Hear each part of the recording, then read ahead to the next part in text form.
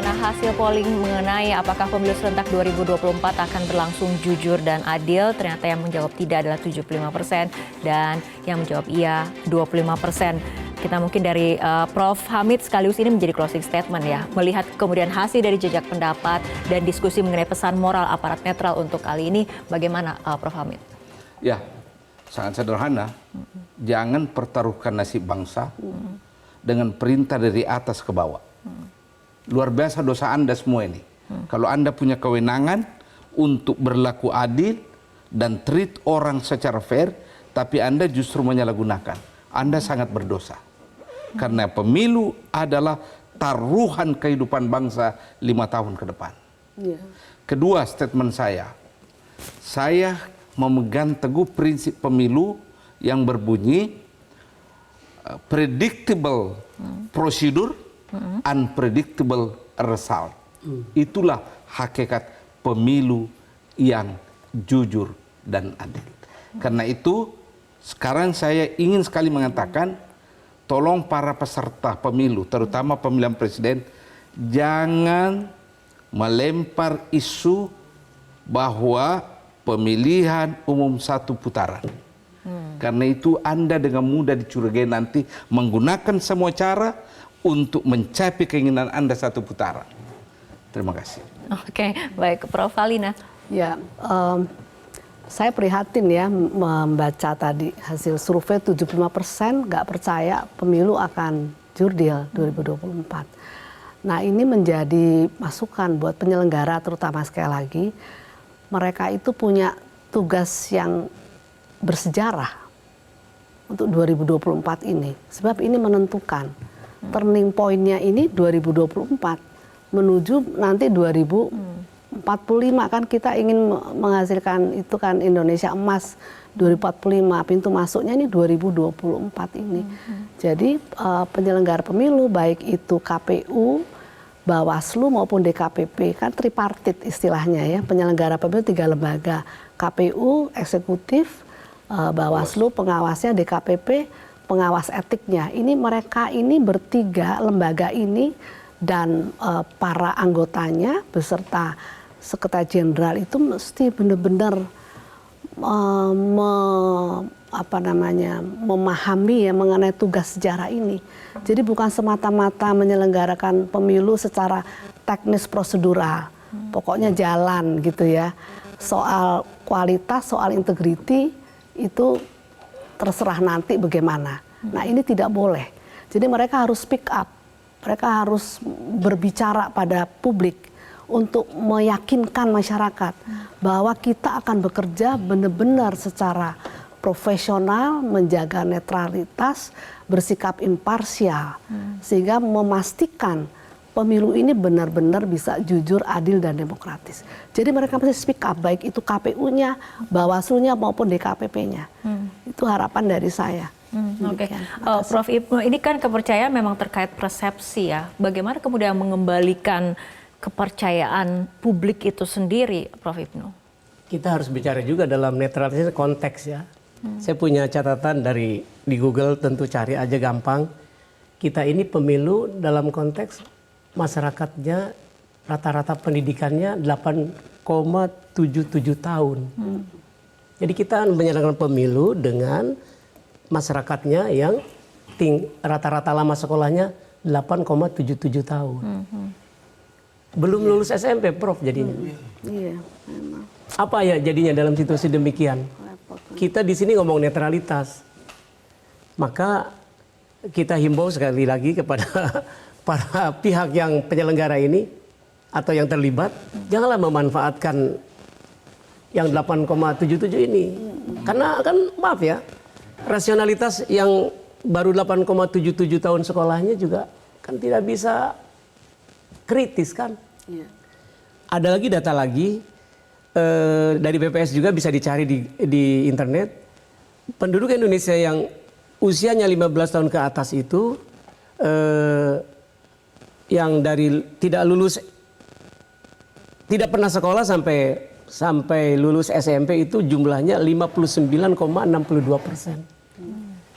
Bagaimana kita ngomongin netralitas gitu kepada ya kalau dikasih sembako ya yang dilihat sembakonya kan gitu.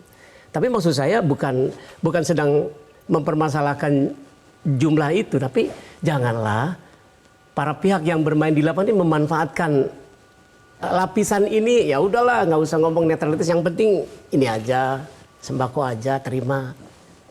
Kan itu yang disayangkan. Sebaliknya juga kepada para tokoh yang sudah mengenyam pendidikan tinggi, dan catatan ini sampai 10,15%, mereka itu berkewajiban menarik ke atas. Ayo dong, gunakan rasionalitas dalam pemilu. Jangan membenarkan, sudahlah ikut aja yang populer gitu kan. Jadi ini kan bertanggung jawab juga kalangan intelektualitas ini untuk menarik saudara-saudaranya yang masuk kategori 59,62% tadi gitu loh. Oke, baik Prof Ibnu, tapi kan kemudian ada yang mengatakan sebetulnya tingkat pendidikan kan sebetulnya sudah naik. Kemudian kita lihat bagaimana pemilih yang dominan ini kan berasal dari generasi muda, generasi Z yang kemudian disebutnya generasi kritis seperti itu, Prof. Saya juga mencatat KPU mengumumkan dari generasi milenial, katanya generasi milenialnya sampai 68 juta lebih ya. Generasi Z-nya 46 juta. Tapi kalau saya hitung, oh ini mereka berada dalam usia yang 15 tahun ke atas tadi. Saya juga kok generasi milenial kok rata-rata baru lulus SMA sih, SMP sih. Ada apa di tanah air? Nah jadinya makanya kalau kita tidak ingatkan begitu, maka nanti lebih suka dengan gimmick-gimmick, dengan cari popularitas yang tidak pakai nalar gitu. Nah ini sangat disayangkan.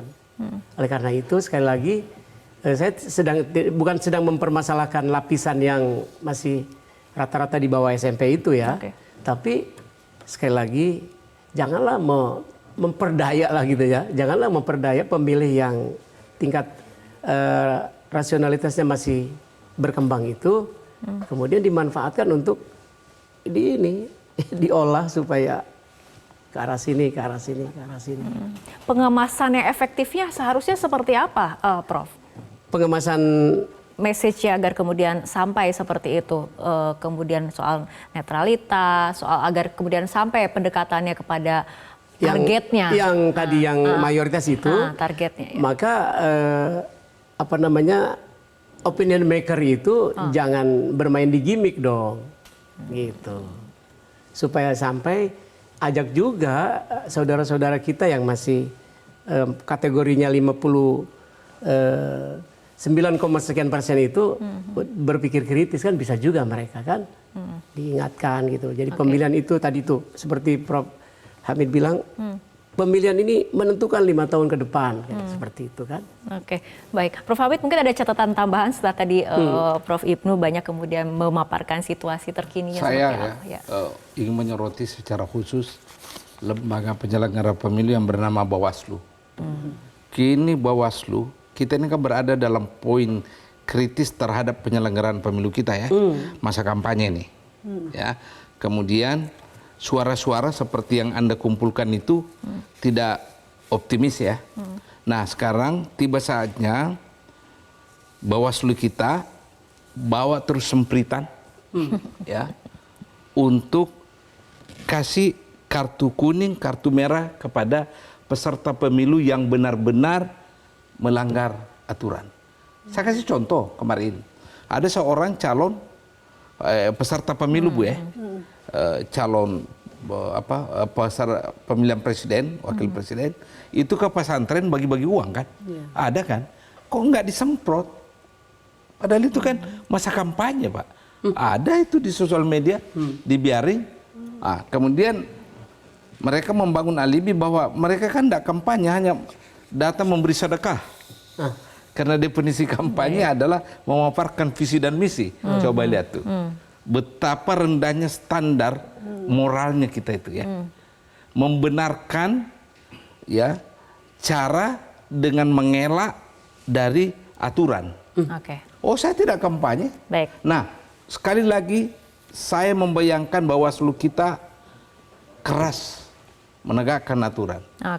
Mungkin itu yang bisa memulihkan citra dan persepsi negatif orang terhadap penyelenggaraan pemilu. Oke, baik. Kita harapkan diskusi malam hari ini bisa menjadi masukan bagi aparatur negara ataupun penyelenggara pemilu agar kemudian netral dan juga profesional, agar pemilu yang jujur dan adil betul-betul bisa kemudian diciptakan dan diwujudkan. Baik, terima kasih Prof. Hamid, Prof. Valina dan juga Prof. Ibnu telah berbincang malam hari ini dalam Visi Negarawan.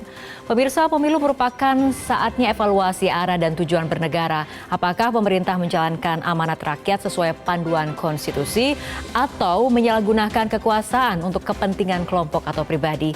Apakah berbagai kebijakan layak untuk dilanjutkan atau harus direvisi agar tepat sasaran? Namun, empuknya kursi sering membuat penguasa jadi enggan berdiri.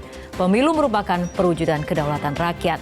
Siapa yang mendapat mandat berarti rencana kerjanya direstui rakyat. Namun, demokrasi elektoral rawan terjerumus menjadi sekedar prosedural. Penguasa menggelar kontestasi sekedar untuk meraih legitimasi. Demokrasi kehilangan esensi karena pemenang pemilu adalah milik mereka yang direstui. Mewujudkan aparatur negara yang netral butuh pemimpin bermoral.